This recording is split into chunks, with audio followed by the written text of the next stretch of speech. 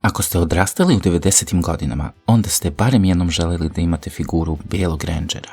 Osim što je lider, počevši od druge sezone serijala, Bijeli Ranger predstavlja stup cijele franšize. A nakon narednih sezona ispostavit će se da će upravo on biti najdugovečniji lik u seriji.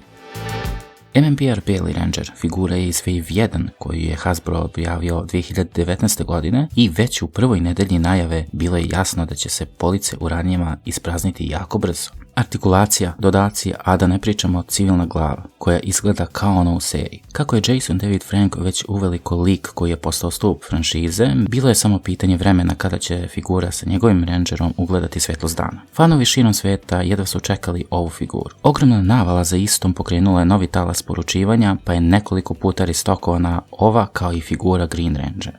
Ovo je prvi put da imamo Bijelog Rangera u kolekciji sa svim detaljima. U pakovanju dolaze šake, Lightning efekat i Saba, mač Bijelog Rangera. Artikulacija deli iste karakteristike kao i svi ostali muški rangeri, jer je kalup gotovo identičan. A što se tiče kacige, ovo je definitivno najbolje do sada. Ne smije se izostaviti ni pohvala za civilnu glavu, koja izgleda baš kao GDF i komotno može da parira onoj u Lord Dragon verziji. Dizajneri su dali sve o sebe da nivo detalja, uključujući i one na štitu, budu maksimalno urađeni kako treba. Ne treba zaboraviti da ista verzija civilne glave dolazi i kod Green Ranger Fighting Spirit verzije, tako da je to možda malo iznenađujuće, ali svakako dobra odluka. Što se tiče pozicioniranja i artikulacije, štit ne smeta pri istoj, pa je vrlo jednostavno napraviti ikonične poze. Detalji na Sabi su mogli biti malo bolji, ali svakako fanovi uvek imaju tu mogućnost da customizuju ako neki detalj promakne. Ono što je možda malo veći problem jeste to da ćete teže naći ovu figuru jer je linija već odavno završena, a kako je fan baza već uveliko pokupovala primjerke, jedine opcije su eBay i neki sajtovi gdje se prodaju figure. Nakon tragične smrti Jason David Franka, pojedine figure sa njegovim likovima je teže naći jer su mnogi fanovi već ispraznili većinu prodavnica sa ovim i sličnim proizvodima.